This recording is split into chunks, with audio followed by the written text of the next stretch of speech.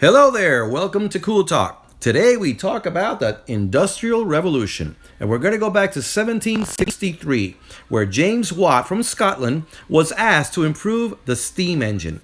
He vastly improved it, died, and when he did in 1819, his device powered and took the place of hand-managed tools in Britain, and industrialization spread across Europe, Asia, and the United States. This wave of invention affected industry, politics, science, and even the arts.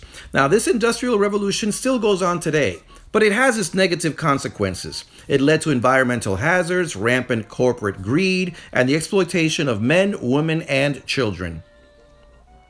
Now, England had vast natural resources like coal and iron. It also had a lot of water power, ocean and river transportation improved, and it got raw materials from its colonies.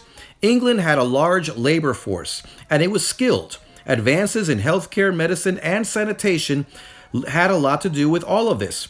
So, businesses reinvested their profits, and money was plentiful.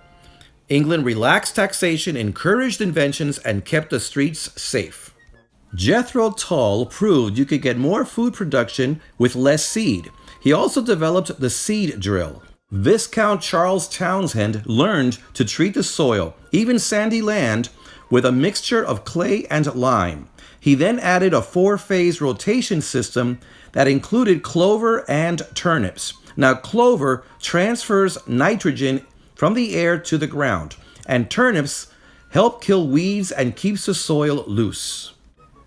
Now, Robert Bakewell and others helped triple the meat supply by selection and inbreeding, giving us a Shorthorn, Hereford and Devon cattle, Leicester sheep, and Berkshire hogs. Unfortunately, small farmers were weeded out, and by 1870, half of all the land in England was owned by 2,500 people. Now, in 1733, John Kay from England developed a machine that weeds cloth twice as fast. In 1769, a mechanical spinning wheel was made for yarn. 1785, Edward Cartwright patented a power loom. And from all of this, you're probably thinking about, where's Eli Whitney? Well, Eli Whitney developed a machine with the help of Catherine Green that would separate seeds from cotton balls. Unfortunately, this meant that the demand on cotton went up from the colonies, from the United States. And as the demand of cotton came off the plantations, so did the demand for labor. In other words, it enhanced slavery.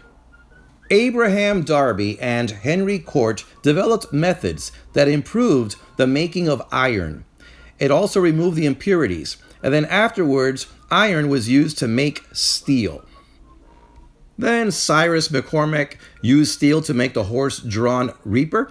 Hiram and John Pitts invented the winnowing machine, and then came John Deere, who developed the steel plow. And the John Deere company of today has a net income of $2 billion a year. Despite all this, in the 18th century, it still took 2 weeks to travel 400 miles, but then John Telford and John McAdams created better drainage and used crushed rock to make layers and improve the roads. In 1761, the Duke of Bridgewater wanted to link his coal mines to the city of Manchester. He built the first modern canal, and coal prices dropped 80%. After this, canals and waterways were built everywhere, including the Erie Canal in the United States in 1825. Now, donkeys were used in the coal mines to pull carts over iron rails. But then Richard Trevithick built a steam engine on wheels to pull the carts on rails again. This led to other innovations, locomotives, trains, and finally, 1829, George Stephenson constructed a locomotive that could pull a train at 14 miles per hour. By 1800s, railroads, trains, and rail networks were all over Western Europe and the United States.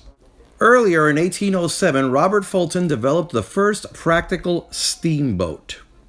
In science, John Dalton had theories with the chemical compounds of atoms. In 1869, a Russian Dmitry Mendeleev created the periodic table of elements. Later, we got the first batteries, the electric generator, discovered the existence of radio waves, and then Wilhelm Röntgen developed the X-ray. Pierre and Marie Curie isolated radium in 1898. And with the study of chemistry, we acquired many other inventions and innovations. Samuel Morse invented the first electric telegraph, Thomas Edison the first practical electric light, Alexander Graham Bell the telephone, and in 1879 in Italy, Marconi invented the wireless telegraph, and in 3 years, messages were being sent across the Atlantic. By the end of the 19th century came the automobile, and with that came the need for more natural gases and oil, changing the world economy. Edward Jenner would create vaccines that would save millions. Now, the invention of ether led to chloroform and finally anesthesia, which led to painless surgery. Now, Louis Pasteur proved that infections came from microscopic organisms. He learned to heat and sterilize bacteria, and millions were saved from deaths from infections. Joseph Lister developed antiseptics to sterilize hands and medical equipment. And then came Charles Darwin with his controversy. Darwin's ideas that survival of the fittest, natural selection, and struggle for existence was the basis for the theory of evolution, where all living things derived from simpler forms over eons of time.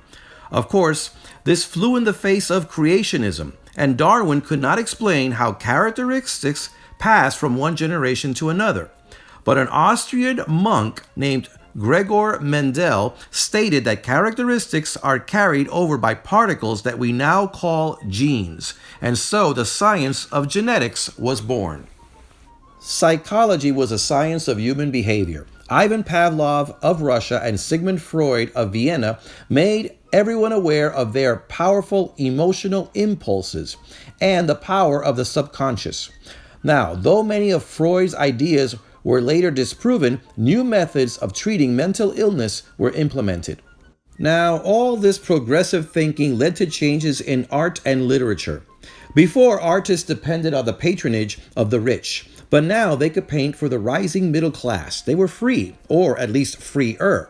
Some artists, like Jean-Jacques Rousseau, didn't like the rising materialism and the ugliness of industry, or the excessive emphasis on reason.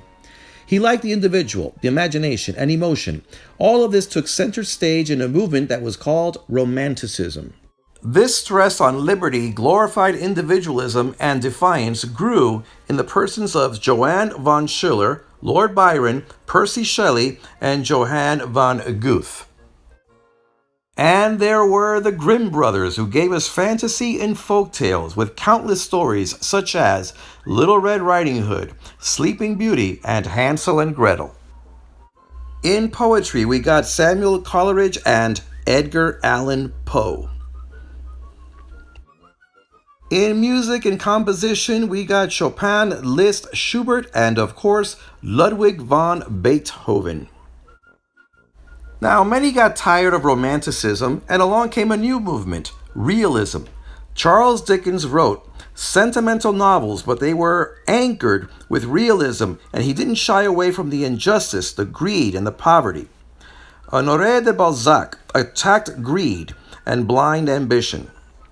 In the novel Madame Bovary, Gustave Flaubert said that women who were obsessed with romantic love were doomed. In Russia, Fyodor Dostoevsky and Leo Tolstoy had epic novels that nonetheless showed great psychological insights. Mary Ann Evans from England wrote under a man's name, George Eliot. She felt that she would be judged more impartially if people thought that she was a man.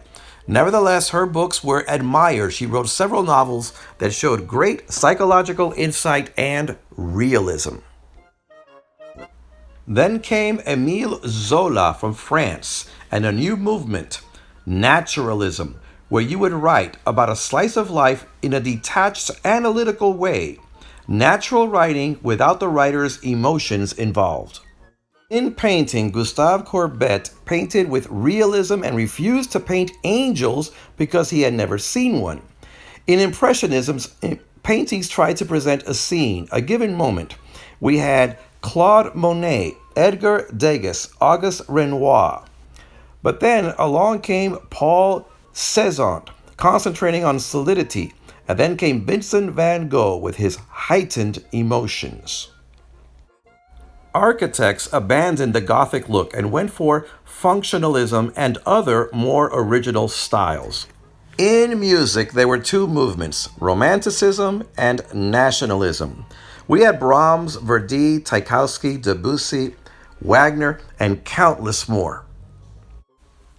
Now, all these changes, innovations, and inventions required, for the most part, energy.